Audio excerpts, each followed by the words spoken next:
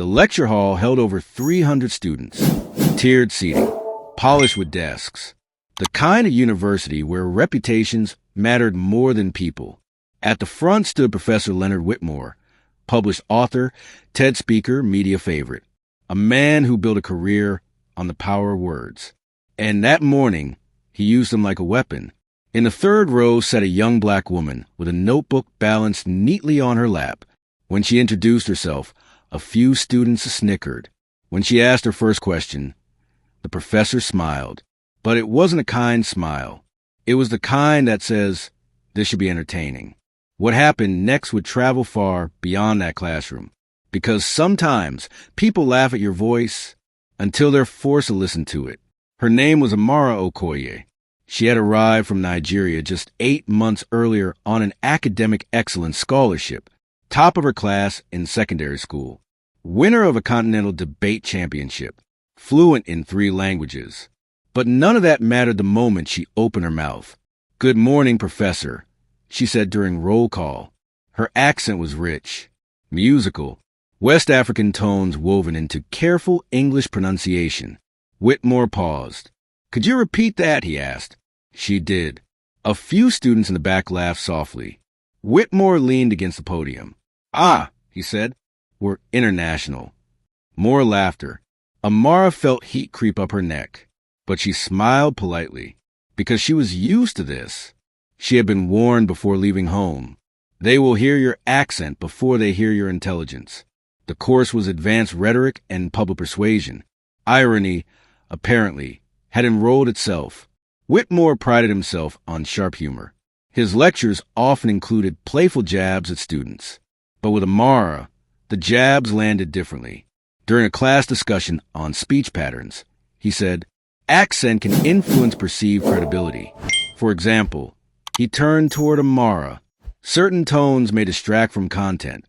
The room shifted uncomfortably. Amara kept writing in her notebook. Later, when she answered a question about Aristotle's ethos, Whitmore interrupted her mid-sentence.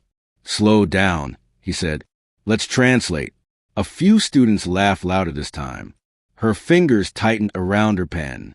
But she finished her thought clearly, correctly, precisely. He didn't acknowledge it. 2 weeks later, students were assigned a persuasive speech presentation in groups of 4. Amara's teammates avoided eye contact when roles were assigned. "I think maybe you should handle the slides," one suggested gently. "Yeah," another agreed. "It might be easier." Easier. She understood what they meant. She nodded until presentation day.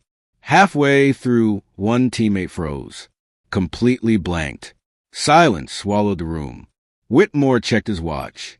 "Painful," he muttered into the microphone. Amara slowly stood. "I can continue if you permit," she said. Whitmore gestured dramatically. "By all means." She stepped forward, took the podium, and began. Her voice carried. Steady, measured, commanding. She didn't rush. She didn't shrink her pronunciation. She didn't apologize for her tone. She spoke about narrative framing in political movements, weaving historical examples with modern media analysis. She quoted James Baldwin, Chinua Achebe, Martin Luther King Jr. Her accent didn't weaken her message. It gave it rhythm. The room went silent. Not uncomfortable silent. Intense silent. When she finished, there was a beat of stillness. Then applause. Real applause. Whitmore adjusted his glasses. "Well," he said, "that was unexpected." It wasn't praise, but it wasn't dismissal either. It was a first crack. A week later, during a lecture on phonetic bias, Whitmore made a mistake. He displayed a slide misattributing a quote to the wrong historical figure. Amara raised her hand. "Yes?" he said, already cautious. "I believe that quotation was by Toni Morrison, not Maya Angelou." He paused, checked his notes. She was right. The class murmured. Whitmore forced a chuckle. Seems I need accent assistance today." A few students laughed. But this time, it felt different. Not united. Split. Amara didn't laugh. She met his gaze calmly. And for the first time, he looked slightly unsure. Mid-semester, the university announced a prestigious campus-wide speaking competition. Topic: the future of global communication. Winner receives internship placement and media exposure. Whitmore encouraged his class to participate, but when Amara submitted her name, he called her after lecture. "Are you sure?" he asked. "Yes, professor. This audience is particular. Clarity matters." She understood. He doubted her again. "Clarity," she replied gently, "is about thought, not tone." He didn't respond. In her dorm room, Amara practiced nightly. Her roommate once asked, "Are you going to soften it?" Amara paused. For a moment, she considered it. Years of small corrections echoed in her mind. "Slow down. Say it like this. Neutralize it." Then she shook her head. "No," she said softly.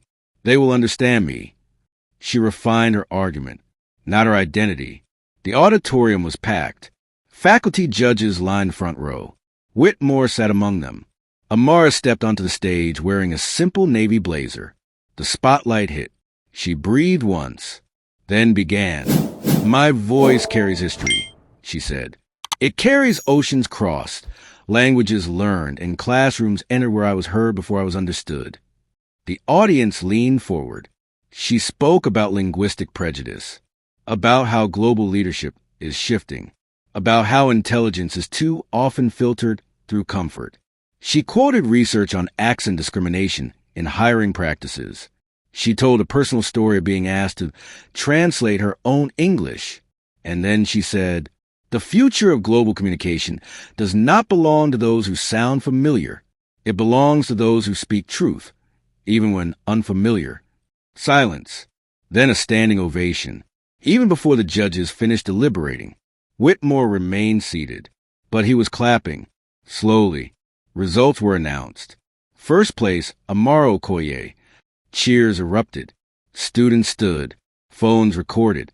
Amara shook hands with the university president. Whitmore approached afterward. "I may have underestimated you," he admitted. She met his eyes calmly. "No, professor," she said. "You underestimated my accent." He had no reply. Weeks later, a clip of her speech circulated online. It went viral. News outlets picked it up. Discussion panels invited her to speak about linguistic bias in academia. And in Whitmore's classroom, something changed. He corrected himself more often, listened longer, interrupted less, because he learned something he had taught for years but never practiced.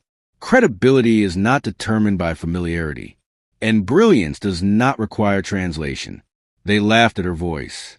They measured her intelligence by comfort. They mistook difference for deficiency, until she spoke. And when she did, the room didn't hear an accent. It heard authority.